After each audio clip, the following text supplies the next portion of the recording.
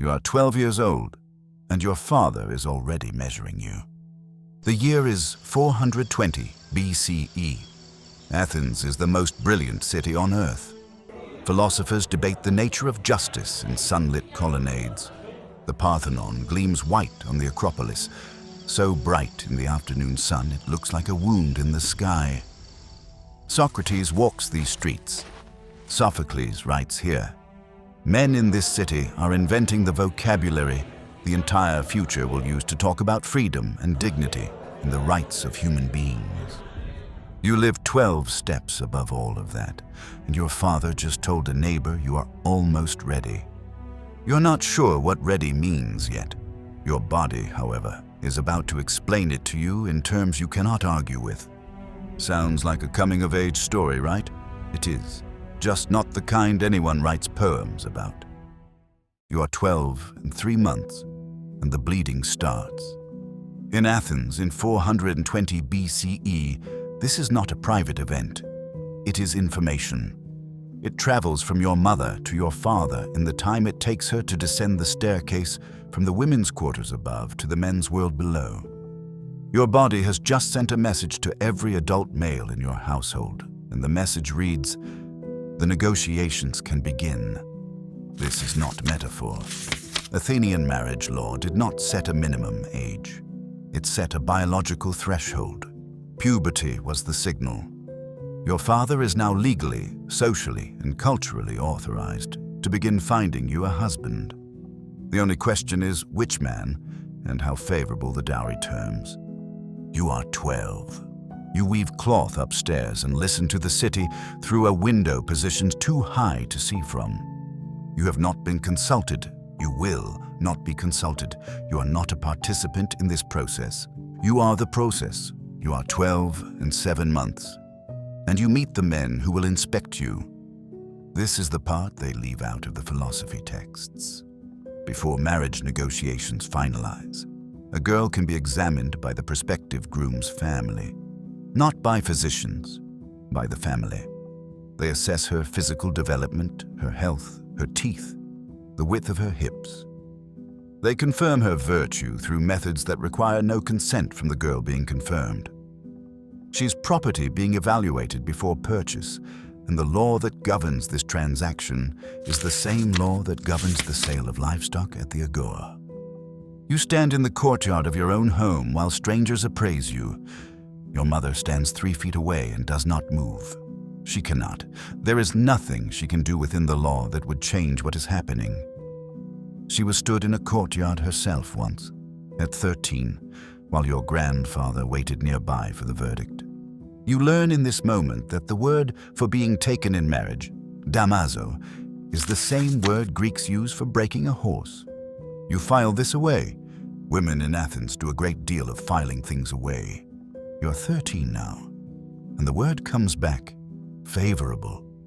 The man's name is Menesarchos. He is 31. He has buried one wife already. She died in childbirth at 17, which is information delivered to your father as context, not as warning. He is a merchant with a good reputation and a house near the Kerameikos district. He has seen you twice. Once at a festival where unmarried girls may circulate under careful supervision. Once during the inspection. He found you suitable. You have found him nothing because no one asked. Your father explains the arrangement with the particular gentleness of a man who believes he is being kind. The dowry is generous. Mesarchos is established. You will have a proper household. You will be safe. He uses the word safe the way people use it when they mean contained. That night, you go to the gynaikon, and you sit at the loom, and you weave for 3 hours in the dark, because the thread does not require you to feel anything about this. And right now, that is the only thing you want. You are 13 and 2 months, and the Proaulia begins.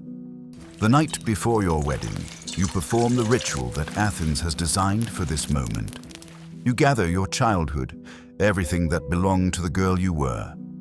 Your toys, your childhood clothes, a cloth doll your mother made you when you were 4, a small terracotta horse your brother gave you once without being asked. You carry these things to the temple of Artemis. You dedicate them to the goddess. You leave them there. This is the ritual farewell to your childhood. Athens performs it the night before a girl is handed to a stranger because Athens understands exactly what is being taken from her. It has simply decided the taking is acceptable. You are 13 years old. You leave your doll at the feet of a goddess and walk home in the dark to prepare for your wedding. Some of the girls who perform this ritual are 11. You are 13 and 3 months, and it is your wedding night. You have never been alone with Minazarkos before this moment. Athenian custom does not provide for courtship. It provides for inspection and negotiation and ceremony, and then a closed door.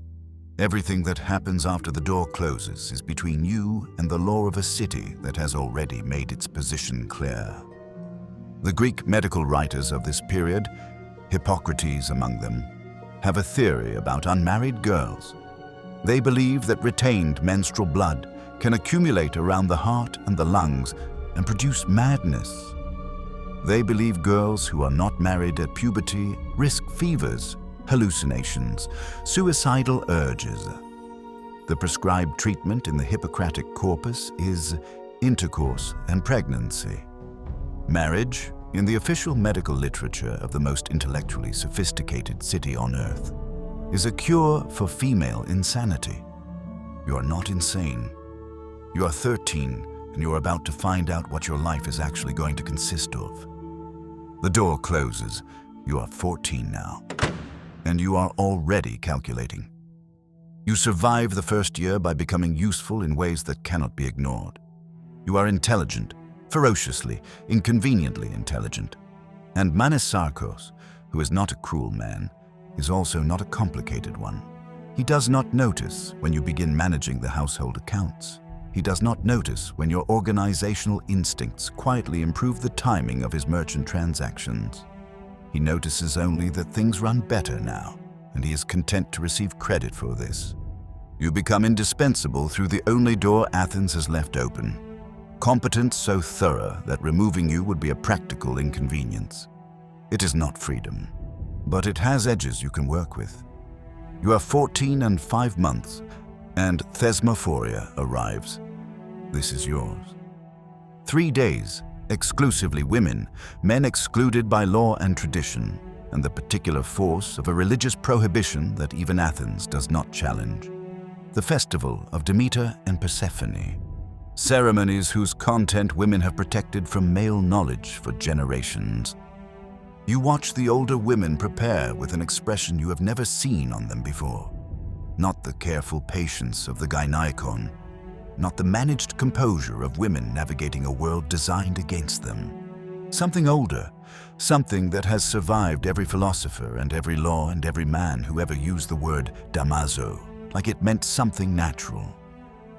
Your mother-in-law, who has lived 61 years inside this system, looks at you across the lamplight the night before the festival and says simply, 3 days, nobody's wife, nobody's property, just women.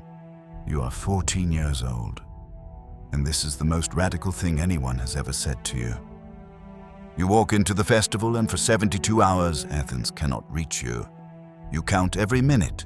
You are 15 now, and you already know what your life cost. You are 15, and you have been a wife for 2 years, and your body carries the early signs of what the physicians will confirm next month. You sit at the loom in a house that is not the one you grew up in, and you run your hand across the cloth, and you think about the girl who left a doll at the feet of Artemis. The sounds of Athens come through your window. Somewhere below, men debate the nature of justice.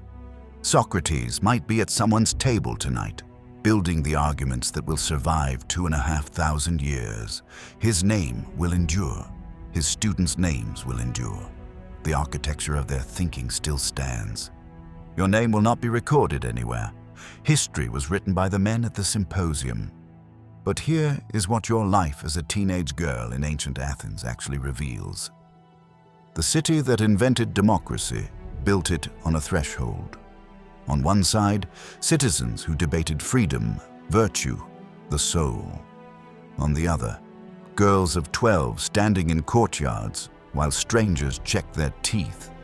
The same culture that produced Socrates also produced the medical theory that female sanity required a husband. The same language that gave us philosophy gave us damazo, to tame, to break, to take. Athens did not fail to notice the contradiction. It simply decided you are not the kind of person the contradiction applied to. The doll is still at the feet of Artemis. It has been there for 2 years. In a city full of ideas about justice, no one has thought to return it. Subscribe or miss our next episode, where you live as a leper in medieval Europe, cast out by your village, buried alive in a ceremony performed while you are still breathing, and handed a wooden clapper to warn the living that something that used to be human is approaching.